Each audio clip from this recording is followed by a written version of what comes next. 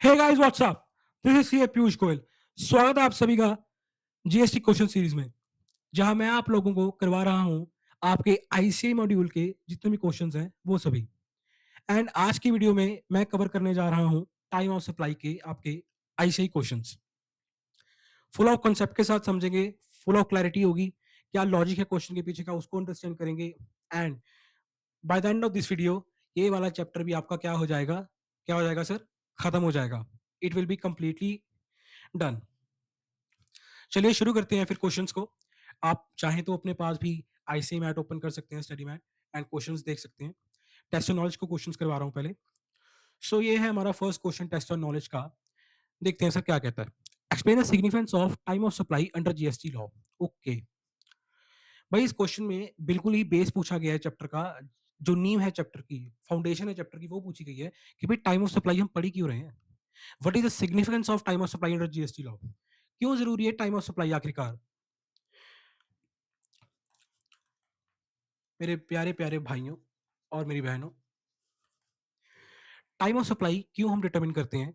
Because time of supply हमें क्या बताएगा कि भाई जीएसटी को पे करने की जो लाइबिलिटी है वो कब अराइज होगी। मेरी बात सुनो।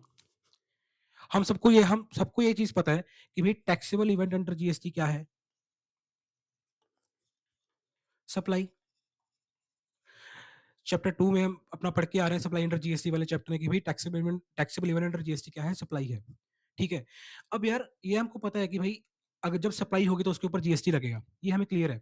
पर जीएसटी लगेगा कब।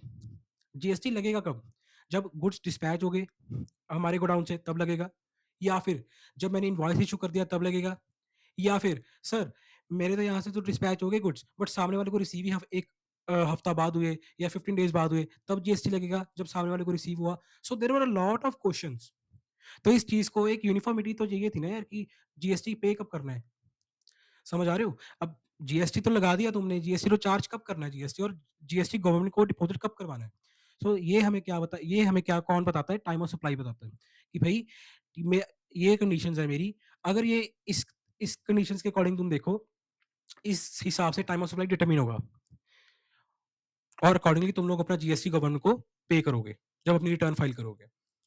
आई होप क्लियर हो गया होगा कि क्यों हम टाइम ऑफ सप्लाई हम जरूरी है, क्यों हम इस चैप्टर को पढ़ते हैं, क्यों ये चैप्टर हमारे मॉड्यूल में दिया गया है टाइम ऑफ सप्लाई का।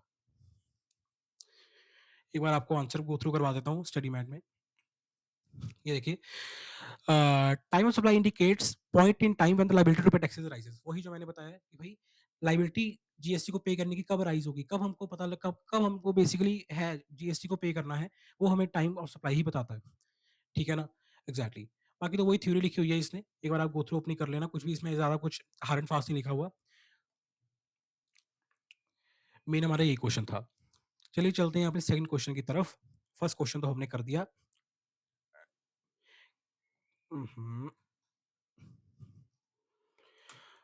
फर्स्ट क्वेश्चन तो सर हमने कर दिया खत्म।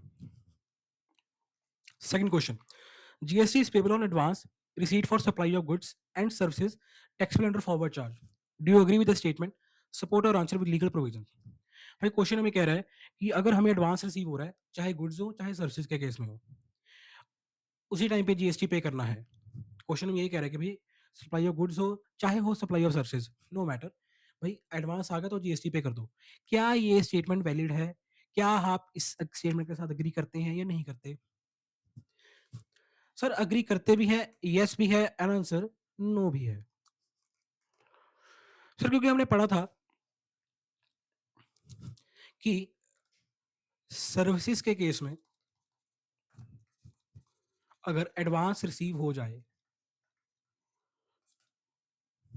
तो ठीक है, बट गुड्स के केस में एडवांस रिसीव अगर हो भी रहा है हम उसको नहीं कंसिडर करेंगे। सर नोटिफिकेशन सी आई थी जो कहती थी कि भी अगर गुड्स के केस में एडवांस रिसीव हो तो भी हम एडवांस को नहीं देखेंगे, हम यही देखेंगे कि date of issue of invoice क्या है, उसी के अकॉर्डिंग हम टाइम ऑफ सप्लाई को डिटरमिन करेंगे। पहले तो आपको नोटिफिकेशन दिखा दूं आप से। ये लिखा हुआ है कि statement is not correct. Exactly statement correct नहीं है बिकॉज वो कह रहे हैं कि दोनों के केस में जीएसटी लगेगा एडवांस के केस में। अब देखो time of supply of services अगर तो भैया ठीक है इसकी बात, तो भैया ठीक है इसकी बात। Thus, in case of services, if the supplier receives any payment before the provision of service or before the issuance of invoice, the time of supply gets fixed at point of time and ability to pay tax on such payment arises. Advance आएगा तो भैया tax पे कर देंगे, ये तो हमको पता है। गुड्स के केस में सर ये आई थी नोटिफिकेशन जो कहती है कि भाई एडवांस को हम नहीं देखेंगे, हम देखेंगे date of issue of invoice क्या है। सर मजा सा नहीं आया। मजा सा मतलब क्या कह रहे हो सर? आपने तो कहा था कि आप रीजन बताओगे कि क्यों ऐसा है कि गुड्स के केस में किया है। आपने तो स्टार्टिंग में कहा था वीडियो के कि आप एक एक कंसेप्ट को समझाओगे क्वेश्चन के साथ साथ। अरे मैं फिर कौन-सा मुकर रहा हूँ अपनी बातों से? I am not denying the fact. एक-एक चीज़ को समझेंगे। चलो थोड़ा डीप डाइव करते हैं इस क्वेश्चन को। जिसको आगे डीप डाइव रीज़न नहीं समझना वो स्किप कर सकता है वीडियो, फॉरवर्ड कर सकता है नेक्स्ट क्वेश्चन में। But I will explain the reason for all those persons who want to understand it थोड़ा डीप डाइव करके। भाई एक है गुड्स, एक है भाई सर्विसेज़। सर ऐसा भेदभाव क्यों कर रही है गवर्नमेंट कि गुड्स के केस में तो कह दिया कि एडवांस को नहीं देखेंगे, सर्विसेज़ के केस में एडवांस को देखेंगे। क्यों सर क्यों? तुम लोग मेरी एक बात सुनो। जनरली अगर देखा जाए यार तो गुड्स के केस में एडवांस लेने का पर्पस क्या होता है? पर्पस को समझो कि गुड्स के केस में अगर कोई बंदा एडवांस डिमांड कर रहा है रेसिपेंट से तो सप्लायर क्यों एडवांस लेना चाह रहा है? भाई ये है हमारा रॉकी, ये है क्या हमारा रॉकी। भाई रॉकी की है फैक्ट्री जिसमें ये क्या बनाता है। लेट्स सपोज स्पेयर पार्ट्स की रॉकी की फैक्ट्री है जिसमें रॉकी स्पेयर पार्ट्स मैन्युफैक्चर करता है, राइट। अब भाई स्पेयर पार्ट्स को मैन्युफैक्चर करने के लिए तुम्हें क्या चाहिए? फंड्स चाहिए। ऐसा तो है नहीं कि तुम्हारे पास भाई बहुत सारी इक्विटी ऑलरेडी पड़ी है, तुम्हारे पास ऑलरेडी बहुत सारे फंड्स हैं, ठीक है। तुम्हारे पापा का इतना सारा पैसा पड़ा है, कितना ही पैसा लगा लोगे, बट यू नीड फंड्स। कितना ही अपने से फंड कर लोगे, यू नीड फंड्स। अब भाई सामने कौन आया? शैंकी। एक है रॉकी, एक है शैंकी। अब भाई शैंकी कहता रॉकी को कि भाई रॉकी सुन सुन सुन, मेरे को 1000 पीसेस चाहिए स्पेयर पार्ट के, कोई भी स्पेयर पार्ट लगा लो। 1000 पीसेस भाई मेरे को बना के दे जल्दी से जल्दी। भाई 1000 पीसेस को भाई बनाने के लिए, और ये कहता है कि भाई एक हफ्ते में दे, विद इन 1 वीक दे, लेट्स सपोज। भाई तुम खुद सोचो 1000 पीसेस स्पेयर पार्ट भाई ऐसे थोड़ी ना बन जाएंगे। भाई उसके लिए पैसा लगेगा, फंड्स लगेंगे। रॉकी कहता सर शैंकी मेरे भाई सुन, मैं तेरी डिमांड फुलफिल करने के लिए तैयार हूँ, आई विल सप्लाई यू, पर मेरे भाई मेरे को पैसा तो दे दे एडवांस में, ताकि भाई मैं अपने फंड्स की रिक्वायरमेंट को पूरा कर सकूं तेरे एडवांस से। लॉजिक समझ लो इस चीज के पीछे का। जो रॉकी है वो उससे एडवांस क्यों लेना चाह रहा है? ताकि भाई वो एक तरह का अपने बेसिकली अपने प्रोडक्शन को फंड कर सके। उसको फंड्स की जरूरत है, रॉ मटेरियल चाहिए उसको, उसने सैलरीज पे करनी है, वेजेस पे करनी है, फंड कर सके। इतना बड़ा ऑर्डर है, एकदम से वो कैसे अपने खुद के पैसे लेके आएगा? तो basically purpose most of the cases में, गुड्स के केस में क्या होता है पर्पस एडवांस का, ताकि एडवांस लेके हम कस्टमर की डिमांड को ही फुलफिल कर सकें। हम उससे एडवांस ले रहे हैं ताकि उसकी ही डिमांड को हम फुलफिल कर सकें। और अगर तुम एडवांस के केस में ही जीएसटी लगा दोगे, एडवांस आया, तुम कह रहे हो जीएसटी वाले कि भाई पहले जीएसटी पे कर, तेरा टाइम ऑफ सप्लाई अभी से शुरू हो गया जब एडवांस आ गया। Sir this is not fair, this is not fair. भाई तुम जस्टिस ही नहीं कर रहे अगले के साथ। अगले का एडवांस लेगा तो पर्पस तो समझो ना यार, उसके पीछे की रीजनिंग क्या है, उसके पीछे का क्यों, वो मकसद क्या है। आई होप क्लियर हो गया होगा। और अगर रही बात सर्विसेज की, अब सर्विसेज के केस में अगर कोई बंदा एडवांस ले रहा है भाई, लेट्स सपोज भाई, सपोज क्या, आज से 2-3 साल बाद जब तुम सीए बन जाओगे, लेट्स सपोज तुमने खोली अपनी प्रैक्टिस, तुमने अपनी की प्रैक्टिस, ठीक है। तो तुम तो कहेंगे, तुम तो कह रहे हो मैं प्रैक्टिस में जाऊंगा, ठीक है। अब भाई तुमने अपने क्लाइंट से ले लिया एडवांस, तुमने अपने क्लाइंट से ले लिया, क्या ले लिया? एडवांस ले लिया। लेट्स सपोज तुमने क्लाइंट का क्या करना है, ऑडिट कर रहे हो तुम अपने क्लाइंट का, और तुमने अपने क्लाइंट को कह दिया कि भाई मेरे को एडवांस दे दे, पेमेंट सर आप एडवांस में कर दो। लेट्स सपोज एग्जांपल लेके चल रहा हूँ। अब यार मेरी बात सुनो, तुमने एडवांस लाइक तुम्हारा इतना क्या हार्ड एंड फास्ट था कि जो तुम्हें एडवांस लेना पड़ गया? मेरी बात समझो तुम, राइट। अब तुम्हारा इतना कोई, तुम्हारी ना कोई प्रोडक्शन है, ना तुम्हारा कोई रॉ मटेरियल लग रहा है,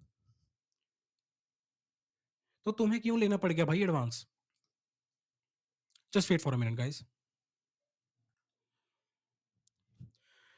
सो गाइस हम एडवांस पे थे, कि यस भाई तुम्हारी प्रैक्टिस है, तुम सीए बन चुके हो, तुम्हारी अपनी प्रैक्टिस चल रही है और तुमने यार क्लाइंट से एडवांस ले लिया। अब तुम खुद सोचो यार, तुम्हें एडवांस लेने की ऐसी क्या ज़रूरत पड़ गई, क्या नेसेसिटी पड़ गई जो तुमको एडवांस लेना पड़ गया? तुम्हारा ना ही कोई रॉ मटेरियल है, ना ही तुम्हें कोई प्रोडक्शन करनी है, ना ही इस तरह का कुछ तुम्हारा कोई हार्ड एंड फास्ट है जो तुम्हें इमीडिएट चाहिए।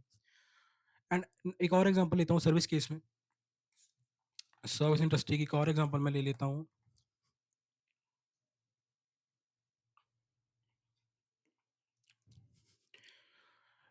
अगर मैं एग्जांपल लेना चाहूँ तो मैं ले लेता हूँ एग्जांपल हुँ, हुँ, हुँ, हुँ, हुँ, हुँ, हुँ,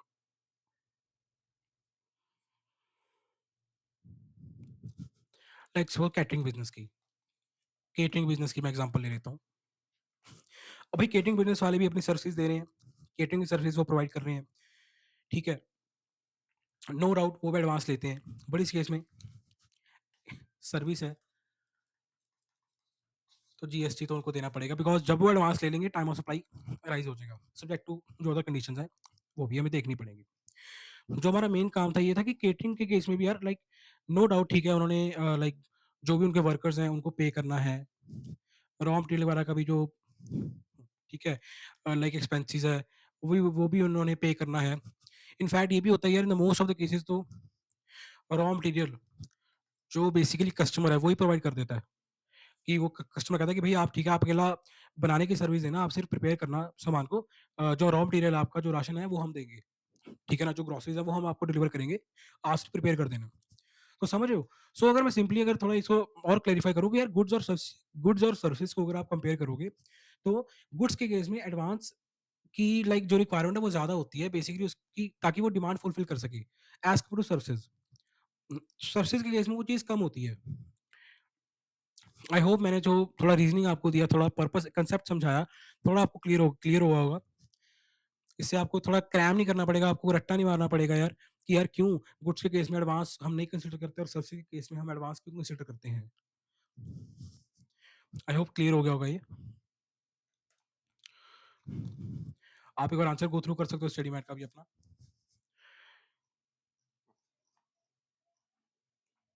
ठीक है। सो फर्स्ट और सेकंड क्वेश्चन भी सर हमारा दोनों क्वेश्चंस हो गए। चलते हैं अपने थर्ड क्वेश्चन की तरफ। Determine the time of supply in the following cases assuming that GST is payable under reverse charge. Okay. भाई टाइम ऑफ सप्लाई हमने निकालना है अंडर द फॉलोइंग, ये कुछ हमें केसेस दिए गए हैं 1 टू 6 ये केसेस हैं। इन केसेस में हमने टाइम ऑफ सप्लाई निकालना है इन ईच केस, और क्वेश्चन ने बता दिया कि भाई it is payable under reverse charge. ये जो भी हमारे केस हैं ये रिवर्स चार्ज में है। सबसे पहले तो तुम कंडीशंस को डिस्कस कर लो कि भाई रिवर्स चार्ज में टाइम ऑफ सप्लाई निकलेगा कैसे? एक सेकंड। क्या होता है टाइम ऑफ सप्लाई का criteria? Earliest of the following, right?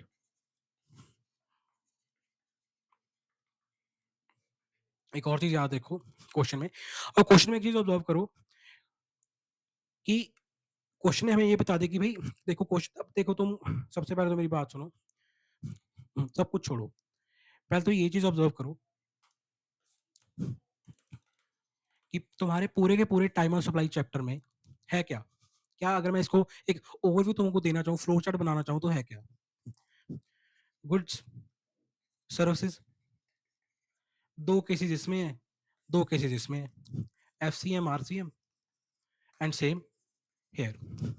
ठीक है, गुड्स के केस में भी भाई 2 केसेस हैं, time of supply in case of forward charge and reverse charge, and services के केस में भी यही केसेस हैं, 2 केसेस हैं।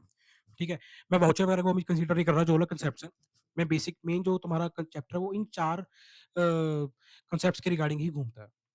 अब बहुत कुछ है, मतलब किसी में 31st डे है, किसी में 61st डे है, किसी में विदिन 30 डेज है, किसी में 45 डेज है, तो बड़ा कंफ्यूजन सी रहती है। तो सिंपली थिंक पेपर में जब इस तरह का क्वेश्चन देखो एग्जाम में अगर आता है, तो भाई सबसे पहले क्वेश्चन को सिंप्लीफाई करने की कोशिश करो। तुम्हारे दिमाग में जो भी इंफॉर्मेशन है, lot of information is stored मेरे भाई, उसको सिंप्लीफाई करो, उसको ब्रेक करो कि तुम्हें क्या चाहिए क्वेश्चन के रिक्वायरमेंट के हिसाब से। रिवर्स चार्ज है एग्जैक्टली, वही अपने दिमाग से फॉरवर्ड चार्ज की इन्फॉर्मेशन को भी फॉर द टाइमिंग डिलीट कर दो रिवर्स चार्ज देखकर। रिवर्स चार्ज में क्या थे? 2 केसेस थे, गुड्स और सर्विसेज। क्वेश्चन क्या कह रहा है? Goods, goods, goods. भाई क्वेश्चन में सिर्फ गुड्स की बात हो रही है, सर्विसेज की बात ही नहीं हो रही। तो सिर्फ अपना जो फोकस है आप किस पे लगाओ, गुड्स आरसीएम, सिर्फ और सिर्फ अपना पूरा का पूरा फोकस उस केस में लगाओगे यार, गुड्स के केस में, आरसीएम के केस में क्या टाइम ऑफ सप्लाई की वो क्राइटेरिया था। इस तरह क्वेश्चन को सिंप्लीफाई करो जब भी एग्जाम में इस तरह का क्वेश्चन आए। अर्लीस्ट ऑफ द फॉलोइंग था किन केसेस में, किसका अर्लीस्ट ऑफ द फॉलोइंग था, first of all date of receipt of goods, जब भाई रेसिपेंट को गुड्स रिसीव हो गए, या फिर डेट ऑफ पेमेंट। अब पेमेंट के भी केस, पेमेंट में भी दो चीजें थी भाई, या तो entering the payment in books of account, या फिर debit in bank account, which ever earlier.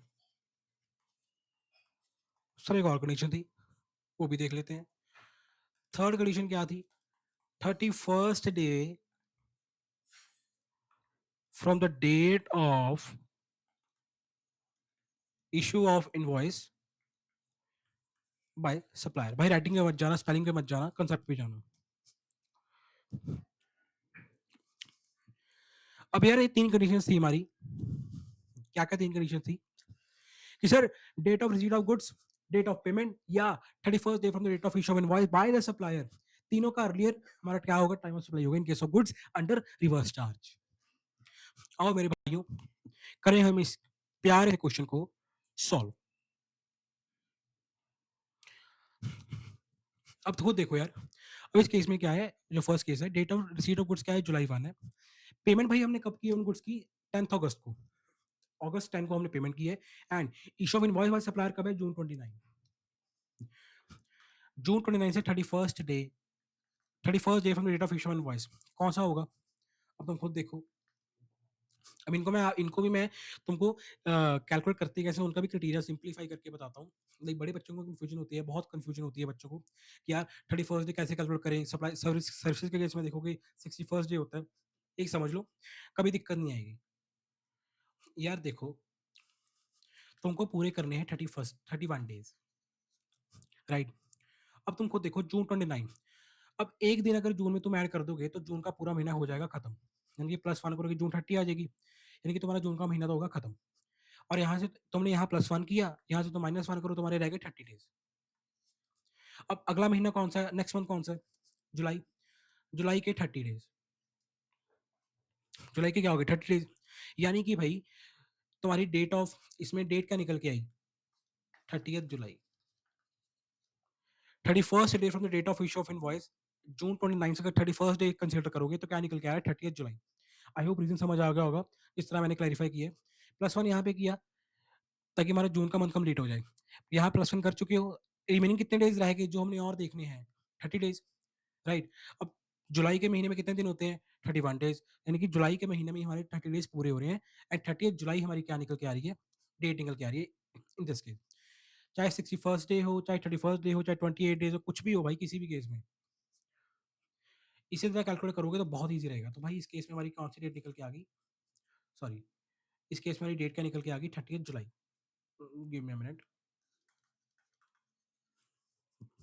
Right. भाई अर्लीस्ट क्या है, सबसे अर्लीस्ट कौन सी डेट है, जुलाई 1। तो इस केस में हमारा आंसर क्या हो जाएगा, जुलाई 1। आई होप ये क्लियर हो गया होगा। नेक्स्ट केस देखते हैं, जुलाई 1, जून 25, जून 29। ये तो वही केस है भाई, 30th जुलाई आ जाएगी इस केस में, 31st day from the date of issue invoice. Earliest कौन सी है, जून 25। वैल्यू टाइम ऑफ सप्लाई क्या हो जाएगा इस केस में, जून 25। आई होप क्लियर हो गया। Third part, July 1, part payment made on June 30 and balance amount paid on July 20। क्या बात है। अब भाई तो मेरी एक बात सुनो, 31st डे क्या होगा इस केस में, फिर 30th जुलाई हो गया। अब ध्यान से सुनने वाली बात ये है कि part payment made on June 30। अब तुम खुद देखो यार, जिस पार्ट के लिए सपोज लाइक 10,000 की पेमेंट थी, लेट्स से जो कि 10,000 पे करना था total part payment, like suppose देखो कि 5 ऐसा करो 4,000 मैंने 30th जून को पे कर दिया, पार्ट पेमेंट कर दी।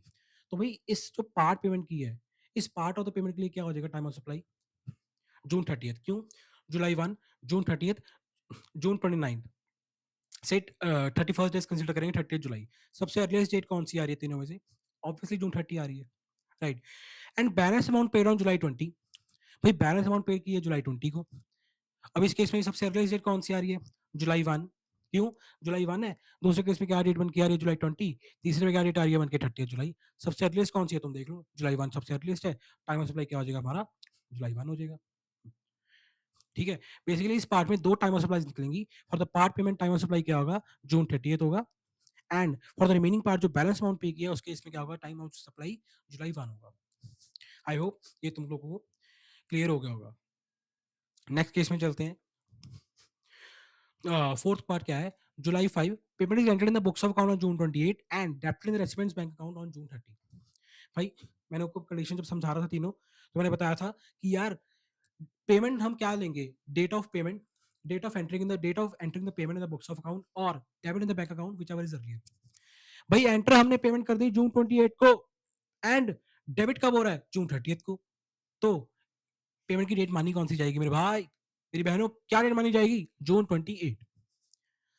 देख लो भाई तीनों का अर्लीस्ट कौन सा है? जुलाई 5, जून 28, जून 1। सॉरी, अब जून 1 से तुम क्या लोग कंसिडर करोगे? 31st day, 31st of the date, 31st day consider करोगे। अब इस केस में हमें निकालना पड़ेगा क्या आएगा 31st डे? 29 डेज जुलाई के प्लस 2, सॉरी 29 डेज जून के प्लस 2 डेज जुलाई के, यानी कि 2nd ऑफ जुलाई तुम्हारा क्या आ जाएगा इस केस में? 31st day from the date of issue invoice by the supplier. Earliest तीनों का क्या है? पेमेंट की डेट जो कि जून 28 है, तो टाइम ऑफ सप्लाई क्या आ जाएगा? जून 28 आ जाएगा। इसी तरह तुम ये 2 क्वेश्चन भी कर सकते हो on the similar line basis. कुछ भी नहीं है इन क्वेश्चन में। मैंने 4 पार्ट्स आपको करवा दिए। सिमिलर बेसिस पे आप कैलकुलेट करो 31st डे कौन सी है, देखो कि यार अर्लीस्ट कौन सा तीनों डेट्स में से, और अपनी टाइम ऑफ सप्लाई भाई तुम लोग निकाल लो। देखते हैं भाई इसका आंसर। पहले केस में हमारा आंसर था जुलाई 1। करवाता हूँ आपको आंसर, देखते हैं कि हमने सही किया है गलत किया है। आंसर क्या है? टाइम ऑफ सप्लाई क्या है? जुलाई 1। क्या बात है। दूसरे केस में क्या था? जून 25। क्या हमारा भी जून 25 था? एग्जैक्टली जी, हमारा भी जून 25 था। ये सर्कल किया हुआ है। थर्ड केस में क्या था? आंसर जुलाई 1 था। जूली 1, जूली 1, जूली, जूली 1, जूली 1। अच्छा, ये पार्ट पेमेंट वाला क्वेश्चन था भाई हमारा। यप, एग्जैक्टली 2 आंसर्स थे, पार्ट पेमेंट जून 30, जूली 1। तो क्या हमारा आंसर सही है? Yes sir, June 30 and July 1, यही हमारे 2 आंसर्स थे। एग्जैक्टली। उसके उसके बाद फोर्थ पार्ट में क्या आंसर है? जून 28। देखें कि हमने सही किया है गलत किया है। अपना आंसर सर बिल्कुल सही आंसर हमारा जून 28। एग्जैक्टली। भाई कंसेप्चुअली चलोगे, ध्यान से क्वेश्चन को रीड करोगे, आंसर कभी गलत नहीं होगा, आंसर हमेशा सही होगा। आई होप ये क्वेश्चन आपको हो गया होगा आप क्लियर। ये 2 पार्ट्स खुद कर लेना, similar line item, similar concept पे बेसिस है। कोई डाउट होगा कमेंट सेक्शन में बता देना, ये भी करवा दूंगा। चलते हैं मेरे भाई फोर्थ क्वेश्चन की तरफ। थर्ड तो हो गया हमारा खत्म।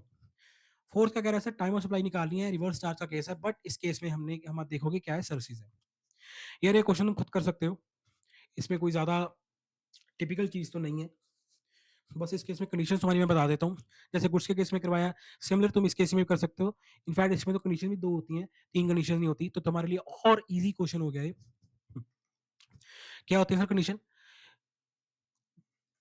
पेमेंट कब कर रहे हो? वही payment entering in the books of account और debit in the bank account whichever is earlier. Secondly क्या होती है? इसमें 31st डे नहीं होता, बस 61st डे तुम लोगे from the date of issue of invoice by the supplier. बस इसमें 31st डे की जगह 61st डे आ जाएगा, बाकी सब कुछ सेम रहेगा। ठीक है, ये तुम क्वेश्चन खुद कर सकते हो। आई होप ये तुम खुद कर लोगे तुम लोग, इसमें कोई ज्यादा डाउट आना नहीं चाहिए। राइट, अगर डाउट होगा डेफिनेटली मेरे को बता देना कमेंट सेक्शन में, मैं एक क्वेश्चन के लिए सेपरेट वीडियो निकाल के तुम लोगों को ये क्वेश्चन भी करवा दूंगा। कोई इशू नहीं है। डाउट होगा तो करना, मेरे को बता देना। अदरवाइज आई विल से खुद ट्राई करो, बिकॉज जितना खुद ट्राई करोगे, जितना खुद सेल्फ प्रैक्टिस करोगे, उतना तुम्हारे लिए इजी होगा एग्जाम में क्रैक करना। चलते हैं सर फिफ्थ क्वेश्चन की तरफ। क्या कहता है फिफ्थ क्वेश्चन?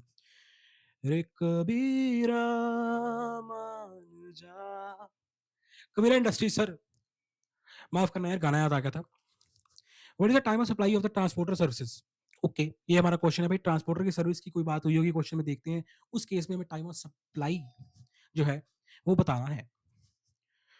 भाई Kabira industries limited engage the services of a transporter for road transport of a consignment on 17 June and made advance payment for the transport on the same date, that is 17 June. ठीक है. However, the consignment could not be sent immediately on the count of a strike in the factory, okay, and instead was sent on 20th July. ठीक है. Invoice was received for the from the transport on 22nd July. अब ठीक है. अब यार तुम लोग मेरी इसमें एक बात सुनो. अब कबीरा इंडस्ट्रीज है और ट्रांसपोर्टर की कबीरा इंडस्ट्रीज क्या कर रहा है इस क्वेश्चन में. हमारा कबीरा क्या कर रहा है, रे कबीरा मान जा. हमारा कबीरा मानने वाला क्या कर रहा है, ट्रांसपोर्टर की भैया सर्विस ले रहा है. अब इस क्वेश्चन में भाई सबसे पहले तो ये देखने वाली बात है कि ट्रांसपोर्टर की सर्विस ले रहा है और ट्रांसपोर्टर क्या कर रहा है, बाय रोड ट्रांसपोर्ट कर रहा है कंसाइनमेंट को. सर कुछ याद आ रहा है? एग्जैक्टली बिल्कुल याद आना चाहिए. अगर याद आ रहा है तो बिल्कुल सही दिशा में जा रहे हो, बिल्कुल सही दिशा के पीछे तुम जा रहे हो. भाई ये इशारा कर रहा है जीटीए की तरफ. ये इशारा कर रहा है भाई, ये इशारा कर रहा है जीटीए की तरफ. क्यों? ट्रांसपोर्टर की सर्विस ले रहे हैं एंड वो ट्रांसपोर्टर क्या कर रहा है, बाय रोड गुड्स को ट्रांसफर कर रहा है. सर बाय रोड वो गुड्स को ट्रांसफर कर रहा है. ठीक है. तो भाई ये क्या है, इस केस में क्या है, जीटी की सर्विस कबीर इंडस्ट्रीज ले रहा है. I hope. सर आपको पता कैसे लगा कि जीटी की सर्विस ले रहा है? भाई गुड्स जो ट्रांसपोर्ट कर रहा है ना बंदा ट्रांसपोर्टर, वो बाय रोड ट्रांसपोर्ट कर रहा है. ठीक है. एंड इसका सर ये तो एक और कंडीशन भी थी जीटीए की तो कि गुड्स ट्रांसपोर्ट बाय रोड करे and issues a consignment note, तभी जाके जीटीए बनेगा. आपकी बात बिल्कुल ठीक है. बट यहाँ पे थोड़ा क्वेश्चन ज्यादा क्लैरिफाई नहीं किया कि यार ठीक है नहीं कर रहा, वो नहीं कंसाइनमेंट नोट इशू कर रहा है, ये कर रहा है. देखो हम मान के चलेंगे कंसाइनमेंट नोट इशू कर रहा है. और एक खुद भी सोचो यार, क्वेश्चन ने साफ साफ लिख दिया कि what is the time of supply of transporter services. Question तुम्हें time of supply of transporter service बता रहा है. वो इंडायरेक्टली तुम्हें यही बेसिकली एक हिंट दे रहा है कि यार मैं जीटीए की बात कर रहा हूँ. ठीक है ना. तो इस केस में जीटीए के केसेस पे, जीटीए के केस से हम क्वेश्चन को सॉल्व करेंगे. और आप लोगों को भाई पता ही है, मैंने चार्ज अंडर जीएसटी वाले चैप्टर में जो क्वेश्चंस करवाए थे तो मैंने ये बताया भी था कि यार जीटीए के केस में क्या लगेगा, आरसीएम, रिवर्स चार्ज मैकेनिज्म. यानी कि भाई इस केस में तुम लोग क्या देखोगे, what you guys will watch, time of supply in case of services and that too in case of RCM. ठीक है. क्या कंडीशन होती है सर सर्विसेज के केस में, आरसीएम में? टॉस की that is time of supply. Payment दूसरा 61st डे. ये दो कंडीशंस पढ़ के आए हैं हम. ठीक है. अब देख लेते हैं क्या है क्वेश्चन में. भाई एडवांस पेमेंट भाई बंदे ने, कबीरा ने कर दी थी बंदे को 17 जून को. इनकी डेट ऑफ पेमेंट क्या होगी, 17 जून. ठीक है. However, consignment could not be sent immediately on the account of stock of the factory and instead was sent on 20th July. भाई हमने क्या लेना, कब कंसाइनमेंट तुमको मिली, क्या हमको कोई लेना देना है, तेरे पास कब पहुंची? नो. क्यों? हमें तो भाई इनवॉइस की डेट चाहिए ताकि हम 61st डे कैलकुलेट कर सकें. Invoice was received from transport 22 जुलाई. भाई ये हमारे लिए काम की बात है कि 22 जुलाई को हमारे पास इनवॉइस आया. अब भाई इससे 61st डे तुम कैलकुलेट कर लो कि 22 जुलाई से 61st डे क्या डेट बनती है. आओ देखते हैं.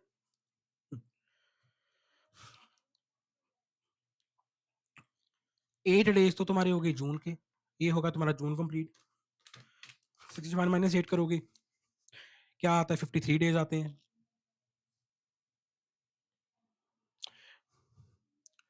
Sorry sorry sorry sorry sorry 22 जुलाई की बात कर रहा है वो, मैं यहाँ पे जून ले गया. अच्छा वो सही टाइम पे देख लिया. रुको. 22 जुलाई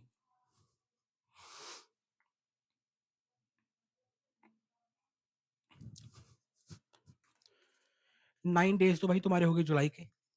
31st का महीना होता है जुलाई. ठीक है. राइट.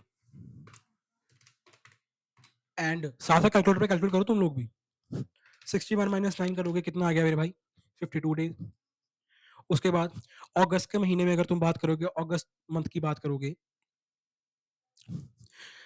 9 पहले पूरे हो गए, 30 डेज. सॉरी अगस्त में 30 अपना 31 का महीना होता है या 31st डेज तुम्हारे अगस्त में पूरे हो गए. ठीक है. कितने दिन रह गए तुम्हारे, 21 डेज. 21 डेज यानी कि 21 सितंबर जो तुम्हारी है वो डेट बनेगी. इस केस में जो तुम्हारी डेट है भाई वो क्या बनेगी मेरे भाई, 21st ऑफ सितंबर बनेगी, 61st डे। बट सर इतना कुछ क्यों करवाया? डेट ऑफ पेमेंट क्या थी हमारी? 17th जून थी, और हमको पता ही है कि अर्लियर जो है वो डेट ऑफ पेमेंट है, तो 17 जून तुम्हारी क्या हो जाएगी? टाइम ऑफ सप्लाई हो जाएगी। ठीक है, 17th जून, और ये हमारी डेट निकल के आई है 21st September, which ever is earlier. Obviously 17 June earlier है सर, तो टाइम ऑफ सप्लाई क्या हो जाएगा? 17th जून। एक बार इसका आंसर मैं वेरीफाई कर लेते हैं। फिफ्थ क्वेश्चन, अच्छा क्वेश्चन ने कैलकुलेट ही नहीं किया, क्वेश्चन सीधा बता देगा 17 जून हमारी पेमेंट की डेट होगी। सॉरी 17 जून हमारी डेट ऑफ पेमेंट है, विच इज अर्लियर, तुम्हारी ये टाइम ऑफ सप्लाई हो जाएगा। बट यार I will recommend you guys कि एग्जाम में तुम 61st डे भी कैलकुलेट करके दिखा ही दो, बिकॉज क्या पता यार तुम्हारे ऐसे ही मार्क्स काट लें, जो भी चेकर एग्जाम पेपर चेक कर रहा है बंदा, नो आइडिया भाई। तो मैं आई विल रिकमेंड कि यार डेट ऑफ पेमेंट तुम यहाँ पे दिखाओ 17 जून है जी, जो कि दिया ही हुआ है, एंड 64 डेज भी कैलकुलेट करके दिखाओ कि यार 21st सितंबर बन रही है, जैसे हमारे केस में इन दोनों का अर्लियर क्या होगा? 17 जून, which is time of supply. मैं रिकमेंड करता हूँ कि इस तरह एग्जाम में करके आओ, बाकी जैसी आपकी मर्जी हो, बट आई विल रिकमेंड कि इस तरह करके आओ, ताकि थोड़ा बेसिकली मार्क्स कटने का कोई चांस ही ना बने, मार्क्स कहीं से भी कटना हो हमारे एग्जाम में। ठीक है, आइए बढ़ते हैं अपने नेक्स्ट क्वेश्चन की तरफ, कदम कदम बढ़ाए जा, क्वेश्चन जल्दी जल्दी करते जा। ये थोड़ा बड़ा मैसी सा होगा, इसको थोड़ा सा इरेज भी कर दे।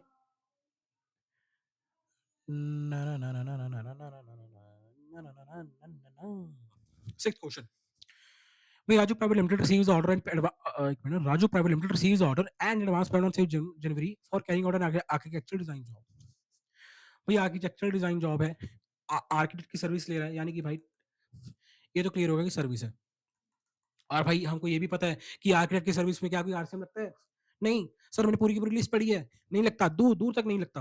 यानी कि भाई सर्विसेज के केस में नॉर्मल सिनेरियो जो होता है फॉरवर्ड चार्ज की बात कर रहा है, तो अपना पूरा का पूरा ध्यान, अपना पूरा का पूरा दिमाग कंसंट्रेट कर लो, फोकस कर लो किसके ऊपर?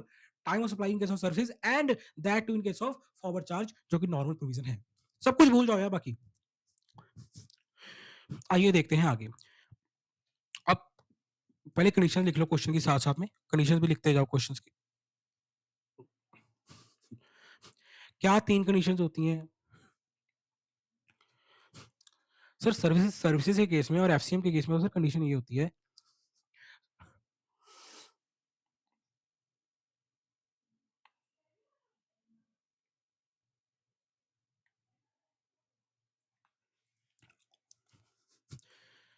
कि sir if the invoice is issued within the time limit prescribed under section 31। दो केसेस बनते हैं ना, और रिवाइज करवा देता हूँ भाई। टाइम ऑफ सप्लाई सर्विसेज के केस में दैट टू अंडर एफसीएम दो केसेस बनते हैं कि भाई इनवॉइस इशू कर रहे हो within the time as per section 31,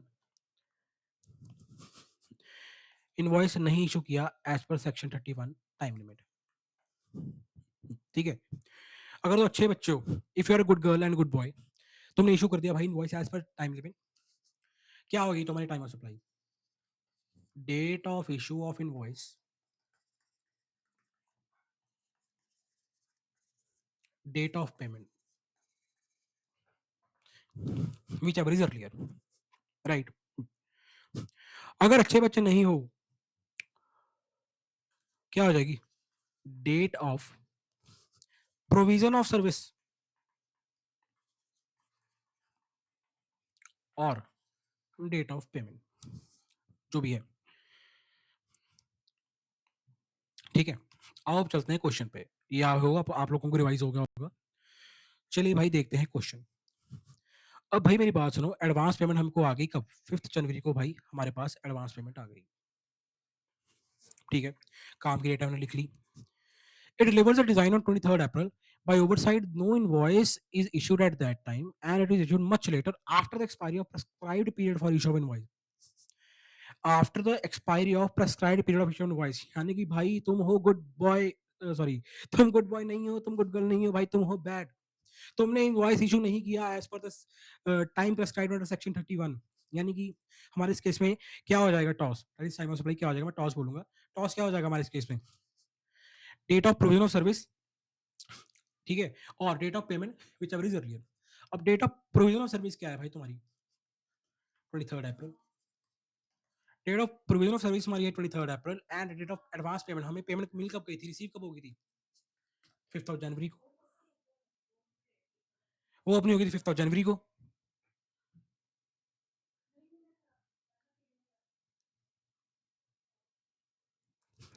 right.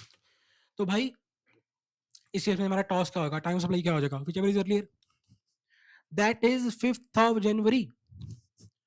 I hope ये क्लियर हो गया होगा आप लोगों को ये वाला क्वेश्चन भी। देखते हैं इस केस में क्या है, 6th क्वेश्चन का आंसर, 5 जनवरी इसका आंसर है, जो कि बिल्कुल सही है।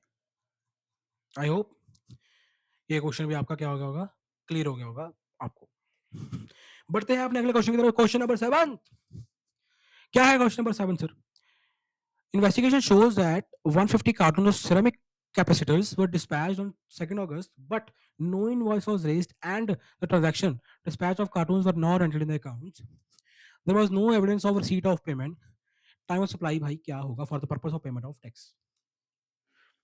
150 कार्टून हैं, गुड्स की बात हो रही है ऑब्वियसली, एंड कोई आरसीएम का भी वो हो रही है, आरसीएम का भी कोई चक्कर नहीं है इस केस में, ठीक है ना। तो भाई गुड्स के केस में फॉरवर्ड चार्ज की बात हो रही है, सिंपल केस। अब क्या होता था गुड्स के केस में भाई, टाइम ऑफ सप्लाई कैसे निकालेंगे गुड्स केस में, date of issue of invoice और the last date to issue the invoice as per section 31 whichever is earlier. ये है हमारा टॉस in case of goods under आर्स, in case of goods and that too under forward charge, ये होता था, ठीक है। अब भाई तुम लोग मेरी बात सुनो, ये बंदा क्या कह रहा है। अब इस केस में क्वेश्चन ने साफ हमें बता दिया कि भाई there no invoice was raised, invoice question में रेज ही नहीं किया, यानी कि date of issue of invoice तो हमारे पास हो ही नहीं सकती, जब इनवॉइस ही नहीं इशू किया तो भैया तो भाई डेट कहाँ से आ जाएगी। उसके बाद कंडीशन थी भाई last date to issue invoice as per section 31।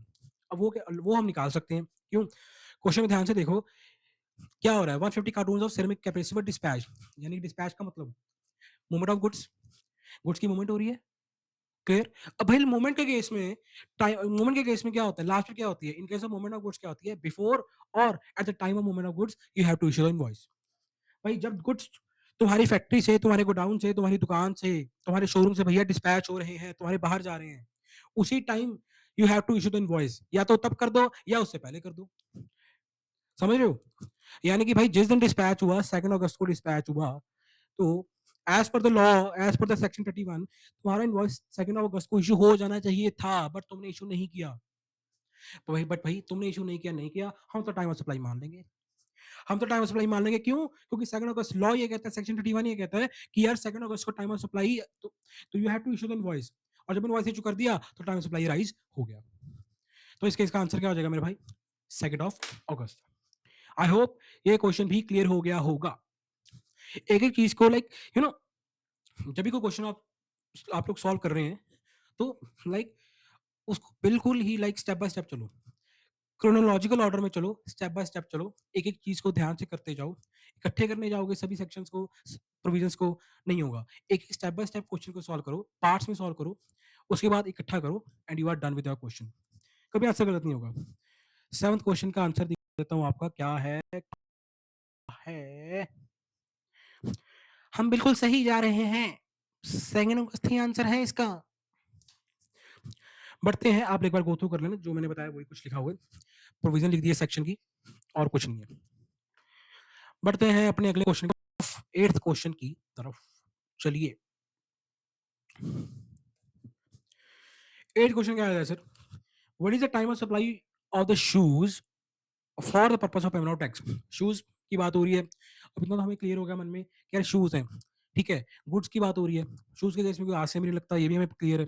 तो फॉरवर्ड चार्ज की बात हो रही है, वही जो सेम अपने लाइक कंडीशंस वही रहेंगी जो हमने 7th क्वेश्चन में की है। आइए क्वेश्चन पढ़ते हैं। An order is placed on Ram and Company on 18th August for supply of a consignment of customized tool। ठीक है भैया, रावण कंपनी को ऑर्डर दिया गया है कि यार आप शूज हमें सप्लाई कर दो, 18 अगस्त को ये ऑर्डर दिया गया है। Ravan company gets the consignment ready and inform the customer and issues invoice on 22 दिसंबर। 2 दिसंबर को भैया इनवॉइस इशू कर दिया रावण कंपनी ने, ठीक है जी। The customer collects the consignment from the premises of Ravan company on 7 दिसंबर, ठीक है sir. And electronically transfer the payment on the same date which is entered in the accounts on the next day 8 दिसंबर। अब भाई मेरी बात सुनो तुम लोग। सबसे पहले तो जिस दिन रावण कंपनी को ऑर्डर मिला दैट इज 18 अगस्त, ये है इररिलेवेंट डेट। हमने क्या लेना है यार, जब ऑर्डर मिला हमको क्या फर्क पड़ता है भाई, जब ऑर्डर मिला हमें कोई फर्क नहीं पड़ता, जिस दिन ऑर्डर मिला ये डेटा है इररिलेवेंट, इसको करो इग्नोर। इशू कब की इनवॉइस 2 दिसंबर, ये हमारे लिए काम की डेट है भाई, because this is one of our conditions, criteria है हमारा। डेट ऑफ इशू इनवॉइस क्या है, 2 दिसंबर होगी। Last date to issue invoice कब निकालेंगे, वो देखो, the customer collects the consignment from the premises of Ravan company on 7 दिसंबर, ठीक है। अब भाई 7 दिसंबर को भाई कस्टमर ने क्या किया, गुड्स हमसे हमारी प्रेमिसेस से हमारे बेसिकली हमारे फैक्ट्री गोडाउन से आके 7 दिसंबर को गुड्स कस्टमर ने क्या कर लिए, कलेक्ट कर लिए। भाई गुड्स हमसे कलेक्ट कर लिए। अब भाई तुम लोग मेरी बात सुनो, इनवॉइस कब इशू हो जाना चाहिए था, एज पर अगर मैं सेक्शन 30 बात करूं 7 दिसंबर को। सेक्शन 31 क्या कहता है, अगर तो भाई तुम्हारी गुड्स की मूवमेंट हो रही है, ठीक है, बिफोर और at the time of movement of goods, before और at the time of movement of goods, अगर तुम्हारी गुड्स की मूवमेंट नहीं हो रही, ठीक है, तो ठीक है नहीं हो रही तुम्हारी गुड्स की मूवमेंट, तो भाई जब तुम डिलीवरी कर रहे हो उस टाइम पे इशू कर दो, जब तुम गुड्स की डिलीवरी कर रहे हो उस टाइम पे इशू कर दो, बिफोर और दैट टाइम, राइट। तो इस केस में अगर तुम बात करोगे तो भाई 7 दिसंबर को डिलीवरी हो रही है, बिकॉज कस्टमर हमारी दुकान पे आ गया और कलेक्ट करके चला गया, ठीक है। तो बस ठीक है भाई, 31 तो नहीं लगेगा, 7 दिसंबर, ठीक है। 7 दिसंबर को तुम्हारा इनवॉइस जो हो जाना चाहिए था, बट तुम तो अच्छे बच्चे हो, तुम तो 2 दिसंबर को इशू करके बैठे हो इनवॉइस, तो इस केस में हमारा टाइम ऑफ सप्लाई क्या हो जाएगा, 2 दिसंबर हो जाएगा, which ever is earlier. I hope ये क्वेश्चन क्लियर होगा। सर डाउट है, बता मेरे भाई, बता मेरी बहन क्या डाउट है।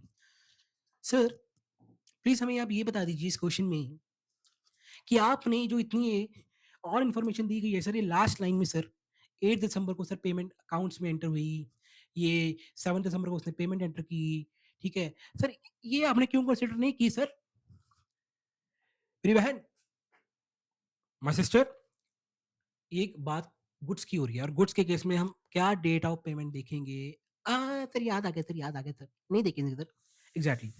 आई होप ये तुम लोगों को क्लियर हो गया होगा यार कि गुड्स के केस में क्वेश्चन जितना मर्जी तुम्हें गुमराह करने की कोशिश करे, क्वेश्चन जितना मर्जी तुम्हें बाउंसर दे, अलग अलग इन्फॉर्मेशन डाल के पेमेंट की, you will always play the pull shot, तुम पुल शॉट ही लगाओगे, तुम बाउंसर पे आउट नहीं होगे, तुम गुमराह नहीं होगे। आइए देखते हैं इसका आंसर, सेकंड नंबर इसका आंसर है 8th क्वेश्चन का, जो कि बिल्कुल सही भी है।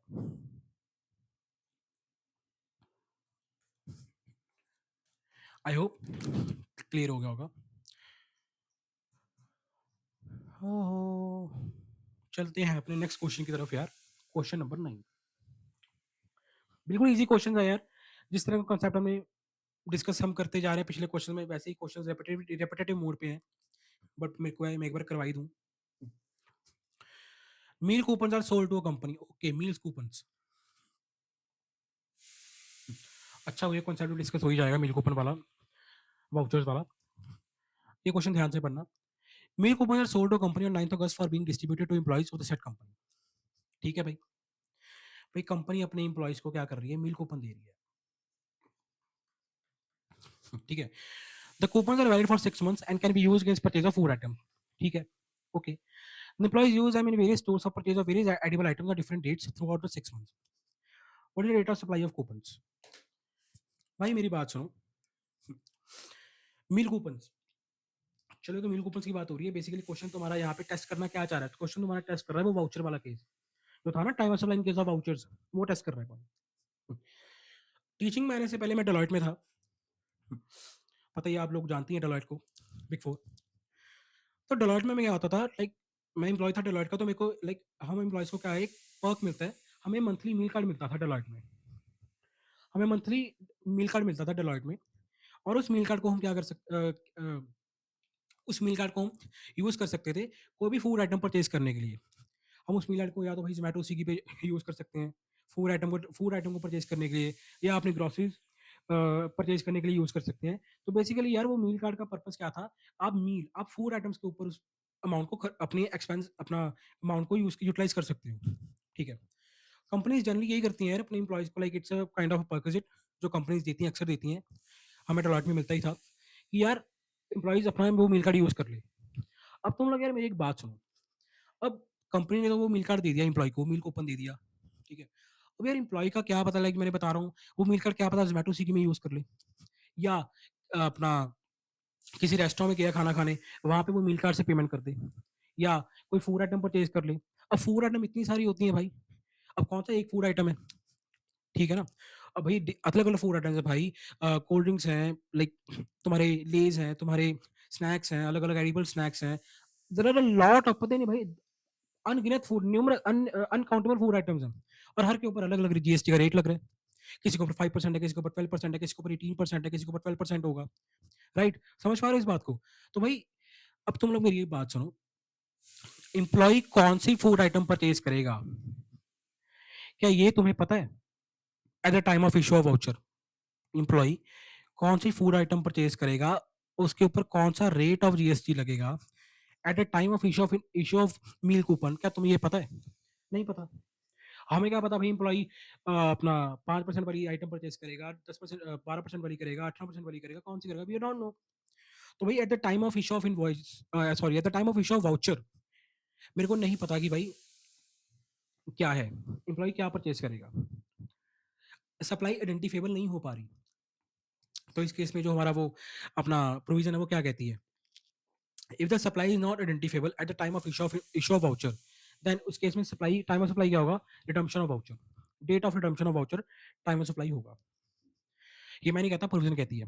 पढ़ा होगा आप लोगों ने प्रोविज़न में, टाइम ऑफ सप्लाई चैप्टर में, कि भई अगर तो मैं सप्लाई को आइडेंटिफ़ाई कर पा रहा हूँ, मेरे को पता है कि यार ये ये इस वाउचर से सिर्फ़ यही चीज़ परचेज़ हो सकती है, इसका ये स्पेसिफिक रेट है, और कुछ परचेज़ ही नहीं हो सकता। टाइम ऑफ सप्लाई क्या है? Identifiable at the time of issue of voucher. तो भाई time of supply, date of issue of voucher बन जाएगा। बट इस केस में हमने देखा कि भाई मील कूपन है, मील कूपन को आप कहीं भी यूज़ कर सकते हो, किसी भी फूड आइटम को परचेज़ करने के लिए यूज़ कर सकते हो। अब डिफरेंट रेट्स हैं, डिफरेंट फूड आइटम्स हैं, सर्टेनिटी नहीं है कि क्या परचेज़ होगा, क्या नहीं होगा, राइट? सो इस केस में भाई date of redemption of voucher तुम्हारा क्या होगा? टाइम ऑफ सप्लाई होगा। आई होप क्लियर हुआ होगा example. It's a very practical scenario, ये बहुत प्रैक्टिकल एग्जांपल है, लाइक मैंने अपनी एग्जांपल दी आपको डेलॉयट की। It's a very practical case. 9 question आप एक बार गो थ्रू कर लेना। यही कुछ लिखा हुआ है, इस केस में क्या होगा? Date of redemption of voucher हमारा टॉस हो जाएगा। टॉस क्या होगा? Date of redemption of voucher. I hope ये क्वेश्चन भी आप लोगों को क्या हो गया होगा? क्लियर। चलते हैं अपने नेक्स्ट क्वेश्चन की तरफ, question number 10। A form of advocates, भाई एडवोकेट देखा और क्वेश्चन मांग देखो, क्वेश्चन की पहली लाइन क्या है? एडवोकेट। क्वेश्चन की लास्ट लाइन क्या है? Time of supply. एडवोकेट के केस में टाइम ऑफ सप्लाई निकालोगे भाई, पहली बात तो ये है service which is covered under RC. पूरा का पूरा ब्रेन कहाँ पे लगा दोगे, पूरा पूरा दिमाग कहाँ पे लगाओगे भाई अपना? टॉस निकालने में, किस केस में? सर आरसीएम के केस में, and that too in case of services. यानी कि सर वो वाली दो कंडीशंस, डेट ऑफ पेमेंट और 61st day from the date of issue of invoice by the supplier whichever is earlier, हमारा TOS इस केस में हो जाएगा। बस कर देते हैं क्वेश्चन को। भाई फर्म ऑफ एडवोकेट्स ने इनवॉइस जो किया 17th ऑफ फेब को, ठीक है। 61st डे कौन सा होगा? 17th ऑफ फेब से अगर तुम निकालोगे 28 माइनस 17, यानी कि मेरे भाई 11 दिन तो तुम्हारे हो गए फरवरी के। फरवरी मंथ तुम्हारा कंप्लीट हो गया। 61 माइनस 11 करोगे कितना आ गया? 50। 31st डे तुम्हारे पूरे हो गए मार्च में, रह गए तुम्हारे 19 डेज, यानी कि अप्रैल। यानी कि भाई तुम्हारा 61st डे कौन सा होगा इस केस में? 19th of April. Date of payment देख लेते हैं। The payment is contested by the ABC Limited on the ground that on account of negligence of the firm, the company's case for dismissal court not appearance. ठीक है। तो भाई question ये करेंगे भाई, क्वेश्चन क्या तो भाई एबीसी कंपनी वालों ने, एबीसी लिमिटेड वालों ने क्या किया भाई? पेमेंट विथहेल्ड कर ली। पेमेंट विथहेल्ड क्यों कर ली भाई? वकील साहब की पेमेंट विथहेल्ड कर ली, एडवोकेट से पंगा। जी हाँ, क्यों? बिकॉज उनके एडवोकेट्स भाई अपील ही नहीं हुए कोर्ट में। कंपनी का केस डिसमिस कर दिया गया क्योंकि भाई कोर्ट में नॉन अपीयरेंस थी, advocate appearance negligence of firm थी, एडवोकेट अपीयर ही नहीं हुआ भाई, कोर्ट तो डिसमिस हो गई ना केस। तो जब तुम्हारा एडवोकेट ही जो तुम्हें रिप्रेजेंट कर रहा है वही नहीं तुम्हारा कोर्ट में केस लड़ने के लिए आया, तो केस क्या होगा, डिसमिस हो गया। जिस वजह से भाई एबीसी लिमिटेड वाली कंपनी से बहुत ज्यादा गुस्सा है, पर स्टिल गुस्सा कब तक रहते हैं भाई, वकील साहब है, कौन उनसे टक्कर लेगा। तो फाइनली पेमेंट कब कर दी, 3 नवंबर को पेमेंट कर दी। बट भाई हम क्या 3 नवंबर तक रुकेंगे क्या टाइम ऑफ सप्लाई के लिए? नो, हमारी तो सर टाइम ऑफ सप्लाई क्या आ जाएगी, 19 अप्रैल आ जाएगी। अर्लीस्ट ऑफ द फॉलोइंग होती है 19 अप्रैल, अर्लीस्ट ऑफ द फॉलोइंग बनती है। आई होप ये क्वेश्चन आप लोगों को क्या होगा, क्लियर हो गया होगा। 10th क्वेश्चन, लेट्स सी क्या है 10th क्वेश्चन का आंसर इज राइट, 19 अप्रैल। चलते हैं अपने नेक्स्ट क्वेश्चन की तरफ, question number 11। Modern security company provides service of testing of electronic devices. If one case is test, if in one case, it tested a batch of devices on 4th and 5th September, but could not raise invoice till 19th November because of some dispute about the condition of the devices on return. The payment was in December. Time of supply भैया बता दो। पहली बात तो यार मेरी बात सुनो, ये है सर्विस का केस और that too under forward charge. क्यों इलेक्ट्रॉनिक डिवाइसेस की company testing of electronic devices की सर्विस दे रही है, और इस तरह की सर्विस हमने कहीं आरसी में तो पड़ी नहीं। सो सिंपली सेइंग ये सर्विस कहाँ कवर होगी सर, फॉरवर्ड चार्ज में। क्या कंडीशन होती है फॉरवर्ड चार्ज में, वही वाली अपनी कंडीशन, इनवॉइस अगर एज पर सेक्शन 31 इशू हो रहा है, time limit given to section 31, तो भाई तुम्हारी क्या कंडीशन हो जाएगी, क्या क्राइटेरिया होता है अपना, क्या था यार खुद भी वो हो गया, कंफ्यूज हो गया। क्या क्राइटेरिया होता है यार, ऊपर तो बता के आया था सर। क्राइटेरिया होता है हमारा date of issue of invoice और date of payment whichever is earlier. And अगर तुम इनवॉइस इशू नहीं करते हो within 31 days, sorry within the timely prescribed under section 31, तो भाई तुम्हारा क्या होगा, date of provision of service और date of payment whichever is earlier. अब भाई तुम लोग मेरी ये बात सुनो, इनवॉइस हमने क्वेश्चन में रेज नहीं किया टिल 19th of November। अब मैं इस क्वेश्चन को डिस्कस करवाता हूँ, रुको।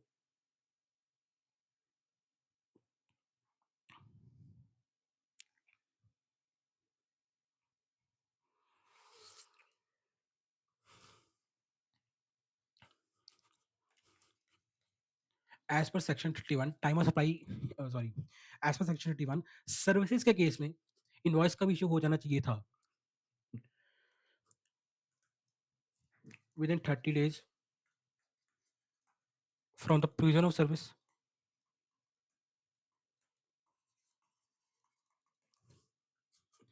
ठीक है, प्रोविजन ऑफ सर्विस कब हो, प्रोविजन ऑफ सर्विस कब है, 5th of September। ठीक है, कि भाई 5th of September से विद इन 30 days तो आपको इनवॉइस इशू हो जाना चाहिए था, राइट। 30 days कब बनेंगे 5th of September से, अगर तुम कैलकुलेट करोगे सितंबर से, अगर तुम देखो 25 days सितंबर के, 5 दिन अक्टूबर के, तो भाई 5th October तुम्हारी डेट बनी। तुमने पेमेंट कब की है बंदे को, सामने वाली पार्टी को, 19 नवंबर को। अब इनवॉइस तुमने भाई, पहली बात तो इनवॉइस रेज नहीं किया इस केस में। अब हाँ, आप लोगों को पता ही है यार कि अगर हम इनवॉइस इशू नहीं करते as per section 31 time limit, तो as per section 31 invoice issue हो जाना चाहिए था 5th of October तक, बट हमने इनवॉइस कब इशू किया, 19 नवंबर तक। यानी कि भाई हमने इनवॉइस इशू नहीं किया with in the time limit prescribed under section 31। तो इस केस में क्या होगा, टॉस क्या होगा, टाइम ऑफ सप्लाई होगा क्या, date of provision of service और date of payment whichever is earlier. Sir payment दिसंबर में की है, लास्ट लाइन क्वेश्चन की कह रही है कि पेमेंट जो सर है हमने दिसंबर में किया है, बट प्रोविजन ऑफ सर्विस क्या कब है सर, 5th of September को। सर्विसेज सर सप्लाई हमने कब की थी, date of supply of service, date of provision of service कब थी, 5th of September। तो अर्लीस्ट ऑफ दोनों क्या हो गया, 5th December या दिसंबर, 5th of September। तो टॉस क्या हो जाएगा, 5th of September। I hope this question is clear to you. Question का आंसर 5th of September, जो कि बिल्कुल है सही। यहाँ पे क्वेश्चन होता है खत्म। आइए बढ़ते हैं अपने 12th क्वेश्चन की तरफ। गाइस बहुत बच्चों को ये कंफ्यूजन होती है, मैं क्लियर कर देता हूँ कि date of provision of service का मतलब क्या है, ठीक है ना? लिखा होता है date of provision of service. मेरे भाई मेरी बहनों, प्रोविजन ऑफ सर्विस का क्या मतलब होता है? Date of supply of service. Simple सा अपने दिमाग में कंसेप्ट बिठा लो। Date of supply of service, जिस दिन हमने सर्विस हम सर्विस को सप्लाई कर रहे हैं, ठीक है? हम सर्विस को सप्लाई कर रहे हैं, that is the date of provision of service. इस केस में अगर हम देखोगे 4 एंड 5 सितंबर, क्योंकि 5 सितंबर को हम बाद वाली डेट लेंगे। 5 सितंबर को हमारी सर्विस सप्लाई, यानी कि हमारी सर्विस जो हम सप्लाई कर रहे हैं टेस्टिंग की, वो कंप्लीट हो गई है। पूरी सर्विस सप्लाई कब हुई है? 5 सितंबर तक सब पूरी की पूरी सर्विस टेस्टिंग की सप्लाई हो गई। That's why date of provision of service क्या होगा? 5 सितंबर होगा। आई होप ये क्लियर होगा। तो देखते हैं इस क्वेश्चन में क्या कह रहा है। Access and company firm chartered accountants, क्या बात है boss? CA issued invoice for services rendered mister on 7 September, ठीक है? Determine time of supply in the following independent cases.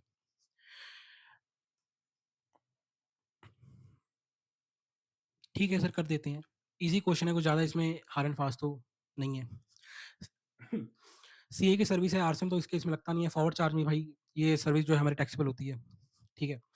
तो दो कंडीशन हमारी होती हैं सर्विस के केस में फॉरवर्ड चार्ज में भाई। वही एक कंडीशन होती है, invoice issued under section, invoice issued within the time limit as per section 31, ठीक है? तो तुम्हारा डेट ऑफ इशू इनवॉइस हो जाएगा, या फिर date of payment whichever is earlier. अगर invoice is not issued as per the time limit prescribed under section 31, तो हमारा टाइम ऑफ सप्लाई क्या हो जाएगा? डेट ऑफ प्रोविजन सर्विस और date of payment whichever is earlier. और date of payment इसमें क्या होगी? Date of entering the payment in the books of account, जिस दिन तुमने बुक्स ऑफ अकाउंट में एंट्री कर ली कि भाई मेरे को पेमेंट मिल गई, वो डेट। या फिर date of credit in the bank account whichever is earlier. या तो भैया तुम्हारे खाते में, तुम्हारे अकाउंट में घंटी बजी, तुम्हारे फोन पे मैसेज आया कि सर आपका अकाउंट क्रेडिट हो गया, ठीक है? या तो वो डेट, और या जिस दिन तुमने बुक्स ऑफ अकाउंट में एंट्री की, भाई मेरे को उससे पेमेंट आ गई, विच एवर इज अर्लियर तुम्हारी डेट ऑफ पेमेंट होगी। सिमिलर क्वेश्चन मैं यार ऊपर मैं डिस्कस करवाई चुका हूँ इसके साथ के क्वेश्चन। आई होप तुम लोग ये कर लोगे। अगर फिर कह रहा हूँ अगर डाउट हुआ तो कमेंट सेक्शन में बता देना। ये कमेंट सेक्शन में मेरे को प्लीज बता देना अगर डाउट हुआ। मैं क्वेश्चन के लिए सेपरेट वीडियो आप लोगों के लिए बना के अपलोड कर दूंगा। आई होप ये तुम लोग क्वेश्चन कर लोगे, बिकॉज रिपीटेटिव क्वेश्चन करने का कोई सेंस नहीं बनता। ठीक है, 13th question. Messrs. Pranav Associates, a partnership firm, provided recovery agent services to a Newton Credit Limited, a non-banking financial company, and a registered supplier on 15 जनवरी, ठीक है? भाई कुछ याद आ रहा है? सर प्रणव एसोसिएट्स क्या है? पार्टनरशिप फर्म है, रिकवरी एजेंट की सर्विस दे रही है। सर प्रणव एसोसिएट्स क्या कर रही है? रिकवरी एजेंट की सर सर्विस दे रही है। एंड किसको दे रही है? एनबीएफसी को। और हमने सर ये पढ़ा हुआ आरसीएम के केस में कि रिकवरी एजेंट के केस में आरसीएम लगेगा, आरसीएम लगेगा। यानी कि भाई ये इस केस में हम क्या कंडीशन देखेंगे, क्या क्या क्राइटेरिया देखेंगे?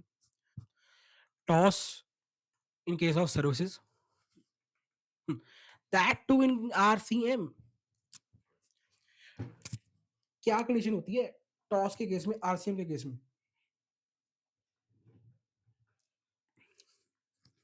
क्या कंडीशन होती है सर आरसीएम के केस में, टॉस के केस में? डेट ऑफ पेमेंट, जिस दिन तुम डेट ऑफ पेमेंट जिस दिन तुमने पे किया सामने वाले बंदे को, पार्टी को, सप्लायर को। या फिर 61st day from the date of issue invoice by the supplier, ठीक है? और सिंपल सी बात है, पहला क्वेश्चन तो वो यही पूछा पर्सनल लायबिलिटी पे जीएसटी कौन है इस केस में? आरसीएम। ये आरसीएम का क्वेश्चन, आरसीएम का इसने बेसिकली टेस्ट कर लिया, आरसीएम के सेक्शन को भी टेस्ट कर लिया।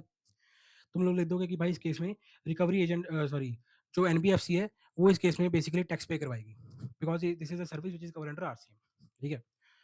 टाइम ऑफ सप्लाई टॉस निकाल देना इस हिसाब से, क्या हो जाएगा toss? Invoice for the same was 7 February and payment was made on 18th April, bank account was debited on 20th April, which ever is earlier लेंगे। इन ईथ अप्रैल भाई तुम्हारी आ गई डेट ऑफ पेमेंट, और 7 फेब से 61st डे कैलकुलेट कर लो क्या निकल के आता है। 28 माइनस 7 करोगे, यानी कि 21 डेज तो तुम्हारे भाई पूरे हो गए फरवरी में। 61 माइनस 21 करोगे, 41, यानी 31 ये हो गई। आई थिंक 9th अप्रैल आएगी। 9th अप्रैल तुम्हारी मेरे हिसाब से डेट आनी चाहिए अपनी 61st है। अर्लियर कौन सा? 9th अप्रैल है। टॉस क्या आ जाएगा? 9th अप्रैल आ जाएगा। बात देता हूँ इस क्वेश्चन को भी। 13th क्वेश्चन, क्या बात है सर? फिर से हम जीत गए। अरे जीतेंगे यार, 100% जीतेंगे मेरे भाई, 100% जीतेंगे। 9th अप्रैल क्या है हमारा आंसर? गाइस एक और चीज़, क्वेश्चन चाहे जितना मर्ज़ी ईज़ी हो, उसको अच्छी तरह एक्सप्लेन करके आना। पूरा सेक्शन को पहले पूरी सेक्शन की जो क्राइटेरिया जिस चाहे मैं आपको वर्बली बोल-बोल के बता रहा हूँ, उस जो मैं आपको बता रहा हूँ, जो सेक्शन है सेक्शन 12, ठीक है? अपना है सेक्शन 13 है, ठीक है? ये गुड्स के केस में है, ये सर्विसेज़ के केस में है, पूरे सेक्शन की प्रोविज़न लिख के आना, चाहे क्वेश्चन 4 नंबर का है, चाहे 5 नंबर का है। क्वेश्चन की पूरी प्रोविज़न लिख के आना, अगर क्वेश्चन 5 या 4 मार्क्स में आता है कि ये सर हमारा सेक्शन है, ये क्राइटेरिया है, उसके बाद डेट्स बताना कि 31st डे ये निकलती है, 61st डे हमने कैलकुलेट की ये निकलती है and against of the following की है एंड टाइम ऑफ सप्लाई क्या होगा ये। आई मीन टू से सिंपली सेइंग प्रॉपर लिख के आना, प्रॉपर एक्सप्लेन करना, सीधा आंसर मत लिख देना कि टाइम ऑफ सप्लाई 9 अप्रैल है, मार्क्स कटेंगे। बाद में ये बोलना बाद में ये मत बोलना कि यार हमारे मार्क्स काट लिए गए एग्ज़ाम में। अच्छी तरह एक्सप्लेन करके आओगे, मार्क्स पक्का मिलेंगे। चलो यार नेक्स्ट क्वेश्चन है क्वेश्चन नंबर 3 क्या बात है सर हमारे 2 क्वेश्चन रह गए। यो! क्या कहता है sir 14th question? Mr. X supplied goods for 50,000 to his customer Miss Diana on 1st January on the condition that payment for the time will be made within a week. Okay. However, Miss Diana made payment for the said goods on 2nd February and thus paid interest amount of 2,000. What is the time of supply with regard to relation value by way of interest in your bill payment of consideration? Toss in case of interest charged for delayed payment of consideration. Value of supply chapter में मैंने like इससे जो पिछला मेरी question series थी question video थी value of supply के ऊपर थी एंड उसमें भी मैंने डिस्कस किया था ये वाला पॉइंट थोड़ा फिर डिस्कस कर रहा हूँ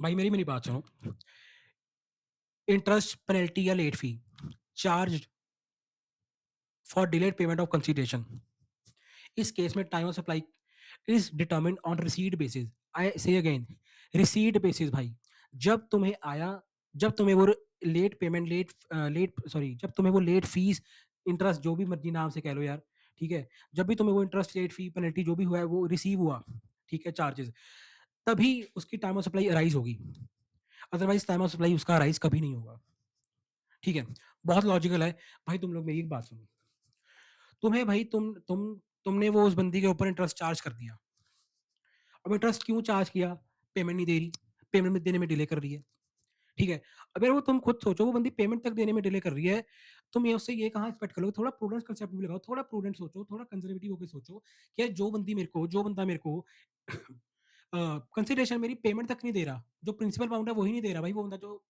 है इंटरेस्ट देने में तो बंदा ऑलरेडी ऑब्वियसली यार वो बंदा थोड़ा वो करेगा ना रेजिस्ट करेगा ही करेगा ठीक है ना तो भाई सीधी सी बात है और तुम नोशनल बेसिस के ऊपर उसके ऊपर जीएसटी पे करते रहो ये कहाँ की सेंस बनती है मैं उसके ऊपर जीएसटी पहले ही पे करवा दूं और बंदा वो मेरे को बाद में ट्रस्ट ना दे वो बंदा मेरे को मेरी पेमेंट तक देने को पेमेंट नहीं दे रहा और तुम बात करते हो कि भाई वो लेट फीस भी दे देगा इंटरेस्ट भी दे देगा सर पेमेंट आ जाए वही बहुत बड़ी बात है थोड़ा प्रैक्टिकल होकर सोचो ठीक है सो इस केस में तभी इस तरह सेक्शन को इंसर्ट किया गया कि भाई लेट फीस के केस में टाइम ऑफ सप्लाई तभी अराइज होगा जब तुम्हें खुद को मिल गया अब यार खुद को तो तुम्हें रिसीव होगा तो जीएसटी पे करोगे ना यार ठीक है ना भाई गवर्नमेंट कहती है भाई तुमको खुद को मिल गया ना मेरे भाई अब तुमको खुद को मिल रहा है ना तो हमें भी दे जब तक तुमको खुद नहीं मिलता हम भी कुछ नहीं कह रहे क्या पता सामने वाला देना दे बट अगर उसने सामने वाले ने तुम्हें पे कर दिया तो भाई तुमको देना पड़ेगा जो कि बहुत लॉजिकल भी है ठीक है तो भाई इस केस का आंसर क्या हो जाएगा रिसीट बेसिस के ऊपर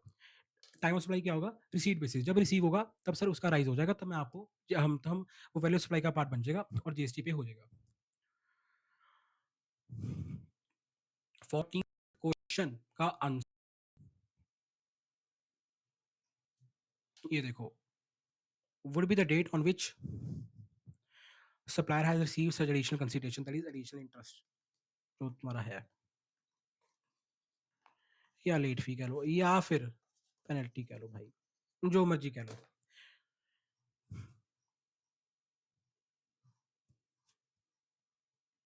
last question guys 15th question और हमारा चैप्टर टाइम ऑफ सप्लाई भी हुआ खत्म आइए जल्दी जल्दी इस क्वेश्चन को भी हम कर लेते हैं खत्म determine the time of supply goods determine the time of supply of goods for the purpose of payment of tax यानी कि सही पढ़ रहा था मैं कोई बात नहीं मंच एंड वंश क्या बात है भाई मेरे को यार इनका नाम पढ़ के बेसिकली मंच की याद आ गई चॉकलेट की कोई नहीं क्लास के बाद खाता हूँ Manch and Vansh trading company registered supplier is liable to pay GST and forward charge क्या बात है भाई गुड्स का केस है ठीक है गुड्स का केस है ट्रेडिंग कंपनी है क्योंकि फॉरवर्ड चार्ज है क्वेश्चन ये भी बता दिया टॉस निकालना है सिंपल क्वेश्चन भाई डेट ऑफ इशू इनवॉइस और the last date when the invoice was required to be issued under section 31 whichever is earlier, तुम्हारा क्या हो जाएगा इस केस में, टॉस हो जाएगा, time of supply. Goods were supplied on 3 अक्टूबर, यानी कि मूवमेंट ऑफ गुड्स इन्वॉल्व हो रही है, ठीक है। सेक्शन 31 के हिसाब से you have to issue the invoice at the time और before the movement of goods, ठीक है। यानी कि भाई 3 अक्टूबर को तुम्हारा इशू इनवॉइस हो जाना चाहिए था, तुमने इशू कब किया, 5 अक्टूबर को। पेमेंट तो भैया हमने देखनी नहीं है, इसको छोड़ो, ये कंफ्यूज करने के लिए तुम्हें लिखा पड़ा है। टॉस क्या आ जाएगा, 3 अक्टूबर, व्हिचएवर इज अर्लियर। सिंपल सा क्वेश्चन, इसका भी एक बार गो थ्रू करवा देता हूँ। सिंपल क्वेश्चन था, ज़्यादा कुछ तो इसमें मेरे को नहीं लगा सर, नहीं लगा।